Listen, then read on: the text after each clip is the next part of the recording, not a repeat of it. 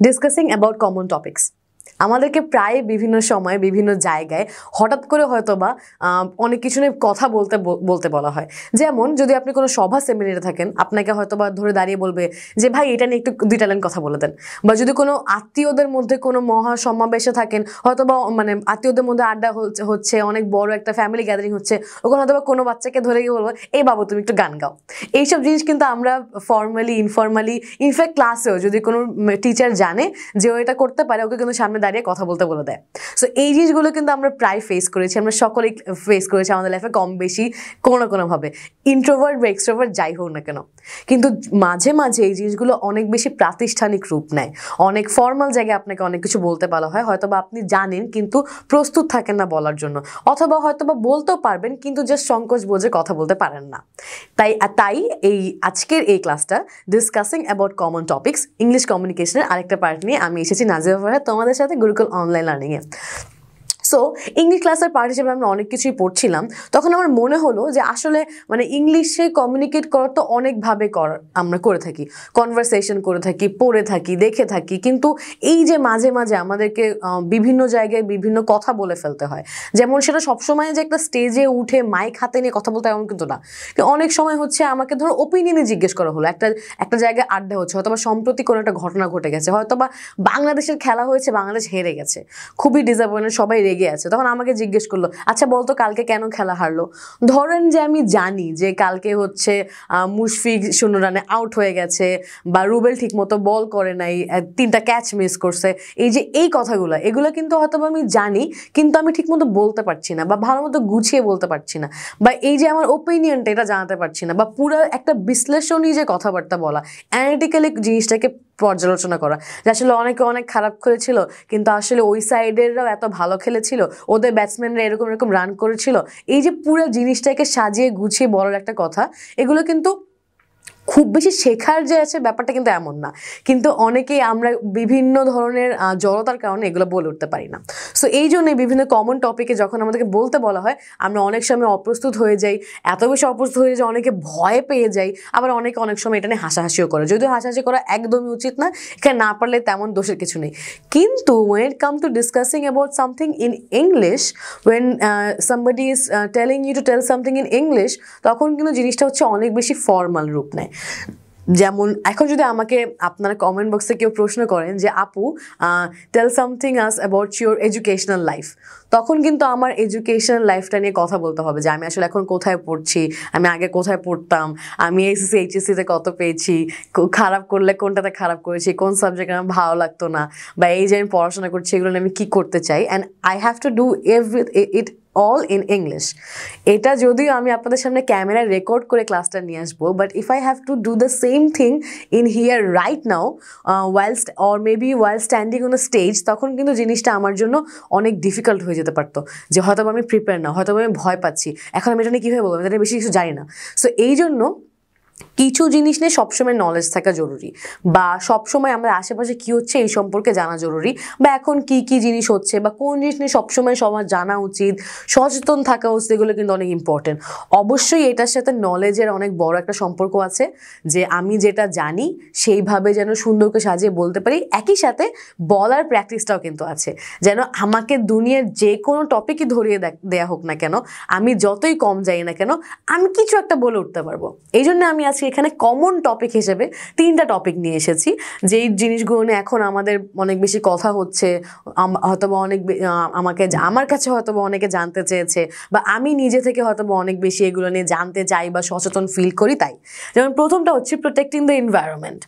এখন তো পরিবেশ নিয়ে অনেক বেশি কথা হচ্ছে, global warming, environmental pollution, environmental safety, এইসব নিয়ে অনেক বেশি কথা হচ্ছে। সো যদি এখন আমাকে কখনো কোনো ফোরামে দাঁড়িয়ে জিজ্ঞেস করে ফেলে আপনি পরিবেশ নিয়ে 2-একটা কথা বলেন, বা just tell us about protecting the environment, তখন আমি আসলে কীভাবে কথা বলবো? আমি ধরে নিচ্ছি যে আমি আসলে পরিবেশ দূষণ নিয়ে বেশি কিছু জানি না, আমি জাস্ট জানি কীভাবে পরিবেশ দূষণ হয়, কারণ আমি ছোটোবেলায় এগুলো রচনা লিখে এসেছি, কিন্তু এখন দুনিয়াতে কী হচ্ছে আমি আসলে জানি না। কিন্তু আমি এতটুকু তো জানি যে বায়ু, পানি, মাটি এগুলো দিয়ে হচ্ছে পরিবেশ দূষণ হয়, এবং আমরা মানুষ হচ্ছে পরিবেশকে সবচেয়ে বেশি দূষণ করে থাকি, এবং কি কি করলে আমার পরিবেশ এখন বাঁচতে পারবে। এই সেম জিনিসগুলো বর্তমান কনটেক্সটে হয়তো বা আরও অনেক বেশি অ্যাকিউট আকারে, অনেক সিরিয়াস সিরিয়াস আকারে অনেক বড় আকার ধারণ করেছে। So if we want to talk about suppose about protecting the environment, what can we say? So first, if I start, that environment is a very big element of our living. We all have to live in the environment, and we are surrounded by environment. Our environment is getting polluted every minute, and the main components of our environment, such as air, water, soil, it is being polluted by us. We are polluting the environment, and it is attacking on ourselves. So if we want to protect the environment, first of all, we have to be very, very careful and very adamant to save it. We have to reduce the production of carbon dioxide. We have to stop using one-time use plastics. We have to stop burning our jungles, our forests. We have to save our trees, and we have to plant more and more and more trees. At the same time, we have to protect our wildlife creatures, such as our animals, our insects, our all kinds of living creatures who are in underwater. We have to save our oceans. Altogether, we have to do a holistic approach. We have to do a holistic development. We have to think more and do more to save our environment. At the only time we can protect our environment and this planet. So এটা ছিল যখন আমি এনভায়রনমেন্টের কথা বলছিলাম, এবং আমার কথার টোনটা ছিল কিন্তু অনেক বেশি ওপেন এন্ডেড। মানে আমি বলছি আমাদের এটা করতে হবে, আমাদের এটা বোঝাতে হবে, কারণ এটা একা সম্ভব না। এটা হচ্ছে অনেকটা আহ্বান করার টোনে, যে আসুন সবাই একসাথে হই, এগিয়ে চলি, আমরা এটা একসাথে করতে হবে। কারণ আমি যতই বলি, যে আমি যদি এখানে বলি যে প্লাস্টিক ইউজ করা বন্ধ করো, don't produce carbon dioxide, don't use plastic, you can not cut the trees, এভাবে বললে কিন্তু আসলে জিনিসটা কোনো ইম্প্যাক্ট পড়বে না। কারণ এটা অর্ডার করার চেয়ে বেশি, অনেক বেশি মানুষকে বোঝানো এবং তাদেরকে এদিকে টেনে আনা। সো আমরা এই জিনিসটার, এই টপিকটার টোন ছিল এরকম। আর একটা টপিক রেখেছি, your imagination of an ideal city. অর্থাৎ তুমি তোমার ইমাজিনেশনে একটা আদর্শ শহরকে কিভাবে দেখো তোমার কল্পনায়।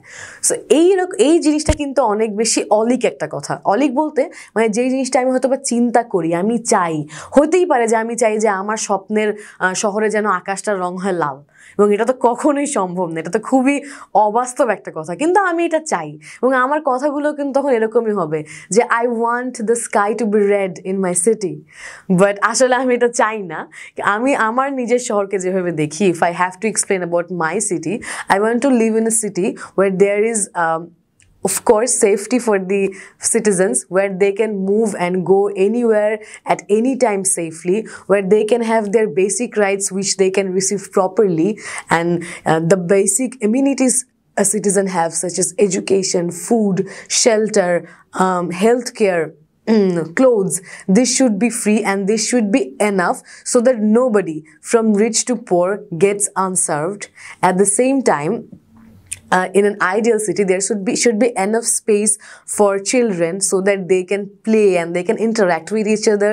There should be also places for aged people so that they don't feel unimportant. And also, in an ideal city, there should be no discrimination, nothing. Everybody should be treated equally. আপনি যদি লক্ষ্য করে থাকেন, এই যে second টপিকটা, imagination of an ideal city, এটা কিন্তু আমি অনেক বেশি হালকা করে, অনেক হেসে অনেক এক্সপ্রেশন দিয়ে, অনেক ইমাজিনেশন মিশিয়ে, মানে আমার কল্পনার যে আমি যেভাবে চিন্তা করি সেগুলো মিশিয়ে কথা বলেছি। এখানে কিন্তু এক খুবই ব্যক্তিগতভাবে আমি কিভাবে আমার পছন্দের শহরকে দেখি সেভাবে কথা বলেছে। আপনার কাছে আপনার পছন্দের শহর ডিফারেন্ট হতে পারে।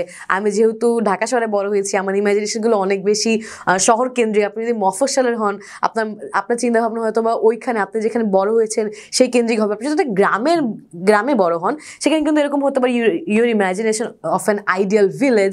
সেখানে কিন্তু আপনি আপনার গ্রামের জিনিসপত্র নিয়ে কথা বলতে পারেন, যে আমি চাই আমার গ্রামে এরকম ইলেকট্রিসিটি আসুক, আগে ইলেকট্রিসিটি ছিল না, আমি চাই কৃষকরা আরও বেশি ন্যায্য মূল্যে তাদের জিনিস ধান বিক্রি করুক বা সবজি বিক্রি করুক, আমি চাই প্রতিটি গ্রামে যেন একটি ভালো মাধ্যমিক স্কুল থাকে। অনেক কিছুই হতে পারে। আপনি আপনার ইমাজিনেশন আপনার কনটেক্সট অনুযায়ী আপনার মতো করে বলতে পারেন, কিন্তু সবসময় কিন্তু কনটেক্সট জিনিসপত্র হবে না। এখন যদি আমাকে বলা হতো you imagine of an ideal city in another planet, অর্থাৎ দুনিয়ার বাইরে যদি একটা গ্রহে তোমাকে সিটি নিজের সিটি সম্পর্কে বলা হয়, তখন কিন্তু আমি বলতে পারবো না, কারণ আমি জানি না দুনিয়ার বাইরে একটা প্ল্যানেট আসলে কেমন, সেখানে থাকতে কেমন লাগবে, সেখানে সিটি কেমন হবে। তখন কিন্তু আমি পুরোটাই আমার ইমাজিনেশন থেকে কথা বলবো, এবং যে আমার কথা শুনবে সেও এটা জেনেই শুনবে যে আসলে সেও তো আসলে দুনিয়ার বাইরে গিয়ে থেকে আসে নাই। তো আমি এখানে আমার ইমাজিনেশন থেকে কথা বলছি, আমি আমার জায়গা থেকে কথা বলছি, এবং সে সেটা বুঝবে। কিন্তু এই উপস্থিত ব্যাপারগুলো কিন্তু নিজের মধ্যে সবসময় রাখতে হয়, যাতে ইনটিউশন থেকে আমরা কথাগুলো বলতে পারি। সো থার্ড টপিকটা হচ্ছে ভোটিং রাইটস। এটা একটু সিরিয়াস টপিক। এটা যখনই হচ্ছে যে যখন আমাদেরকে সভা সেমিনারে কথা বলতে বলা হয়, সিরিয়াস জিনিস নিয়ে কথা বলতে বলা হয়, যে দেশের অর্থনীতির পরিস্থিতি নিয়ে আপনি কিছু বলেন, বা এই দ্রব্যমূল্যের ঊর্ধ্বগতি নিয়ে কিছু বলেন, লোডশেডিং নিয়ে কিছু বলেন, যানজট নিরসনে আপনি কি কি পদক্ষেপ রাখতে পারেন, বা এই এলাকায় চুরির ঘটনা অনেক বেড়ে গেছে, এই ব্যাপারে কি মতামত। এইসব সিরিয়াস কথাগুলো কিন্তু অনেক বেশি যে আমাদেরকে সিরিয়াস ফোরামে কথা বলতে দাঁড় করে দেওয়া হয়। হয়তোবা আপনি এই ব্যাপারে অনেক কিছু জানেন, বা যদি কিছু না জেনে থাকেন, বেসিক আইডিয়াটা কিন্তু রাখা উচিত। এবং সেটার কারণে আজকে যেটা আমি রেখেছি সেটা হচ্ছে ভোটিং রাইটস, অর্থাৎ ভোট দেওয়ার অধিকার। সো যদি আমাকে ভোট দেওয়ার অধিকার নিয়ে কথা বলতে বলা হয়, তো আমি যেটা মনে করি যে voting is a very important responsibility of every citizen. It's a way that you choose your leader who will be working for you. You'll be choosing your government who will be working with you for the next 5 years. So you have to choose very responsibly about the person you're going to elect to work for you. But at the same time, you have to understand and you have to remember that here the government has to work for everybody and it has to be equal. For that purpose, you have to give your vote on the voting day. Because if you stay at your home and you think that I don't want to vote because voting is not my thing, I don't understand politics, that's not going to work, because it is going to hamper you. If everybody starts sitting at their houses and then they don't go out and give votes, then the people who will win, they might not be very deserving for the post. So voting is very important. We should all vote, we should all claim our rights, and we should all vote the right person democratically. So এই যে আমি voting rights নিয়ে অনেক বেশি কথা বললাম, আমি কিন্তু ভোটিং অধিকারটা নিয়ে খুব একটা কথা বলিনি। কারণ অধিকার আসলে আমরা সবাই জানি যে আমাদের ভোট দিতে হবে, ভোট দেওয়া আমাদের অধিকার, ভোট দেওয়া আমাদের দায়িত্ব, এবং এটা না করলে মানে এগুলো করতেই হবে, এবং কনস্টিটিউশনে আমাদেরকে এটা বলে দেওয়া আছে। কিন্তু আমার টোনটা ছিল অনেক বেশি অ্যাওয়ারনেস টাইপ, কারণ আমরা এখন ইয়াং জেনারেশনে অনেকেই ভোট দেওয়ার প্রতি আগ্রহ ফিল করি না। আমরা ভাবি আমি ভোট দিয়ে কী করবো, আমি পলিটিক্স করি না, আমি পলিটিক্সে কিছু জানি না, বা অনেক বড়রাও এখন ভোট দিতে চান না। ওনারা মনে করেন যে ভোট দিয়ে আসলে কোনো লাভ হয় না। কিন্তু যত যাই হোক, ব্যক্তিগত জায়গা থেকে ভোট দেওয়া কিন্তু একটা রাষ্ট্রীয় দায়িত্ব এবং কর্তব্যের মধ্যে পড়ে, এবং সবাইকে ভোট দেওয়া উচিত। সো এই জন্যই আমার কথা বলার টোনটা কিন্তু ছিল অনেক বেশি প্রিচিং স্টাইলে। কিন্তু আপনি যদি চান, আপনি কিন্তু একটা দায়িত্বশীল জায়গা থেকে, ধরুন আপনি যদি একজন সরকারি অফিসিয়াল হন, আপনি সেই জায়গা থেকে বলেন, তখন কিন্তু আপনি অনেক স্ট্রিক্টলি বলবেন, বা অনুরোধ করবেন, বা আহ্বান করবেন যে আপনারা সকলে ভোট দিতে যান, বা ভোট দেওয়া আপনার দায়িত্ব, আপনার আগামীকাল অবশ্যই ভোট দিতে আসবেন। এই কথাগুলো কিন্তু অন্য অনেক টোনে বলা যায়। সো আজকে আমার ক্লাসটা ছিল এই পর্যন্তই। আমি অনেক বেশি মিক্স কিছু টপিক নিয়ে কথা বলার চেষ্টা করেছি, just to give you guys an idea যে কিভাবে তোমাকে যদি কোনো একটা জায়গায় একটা অদ্ভুত টপিক নিয়ে ধরিয়ে দেওয়া হয়, যেটা নিয়ে কথা বলো, যেন তুমি কোনোভাবে কোনো আটকে না গিয়ে মোটামুটি ভালো মতো করে এইসব নিয়ে কথাবার্তা চালিয়ে আসতে পারো, বা 2-3 লাইন কথা বলে আসতে পারো। Also that in English, because that's very important that if you are asked to talk about in English at a forum or in a platform, you're supposed to reply in English. If you don't do it, it is seen as a weakness that you might not be able to speak in English or not be able to speak in English very well. So this cannot go out like that. So এই জন্য ইংলিশে কোনো কিছু বলতে পারা, কোনো টপিকে কথা বলতে পারা ইজ রিয়েলি ইম্পর্টেন্ট। আশা করি আপনাদের এই ক্লাসটি ভালো লেগেছে এবং কাজে লাগবে। আর অন্য কোন টপিক নিয়ে আপনাকে যদি কখনো এরকম করে দাঁড়িয়ে বলে দেওয়া হয় যে এই নিয়ে কথা বলো, যদি বাসায় কোনো কিছু নিয়ে বলা হয় সব ভরা আত্মীয়স্বজনের মধ্যে যে এই বাবু এটা নিয়ে 1-2টা কবিতা শোনাও তো, এরকম কথা মজার অভিজ্ঞতা কিন্তু আপনারা আমাদের সাথে কমেন্ট বক্সে শেয়ার করতে পারেন। সো ততক্ষণ সবাই গুরুকুল অনলাইন লিংকের সাথেই থাকুন। নেক্সট ক্লাসে অন্য একটা টপিক নিয়ে আবার দেখা হবে। ধন্যবাদ।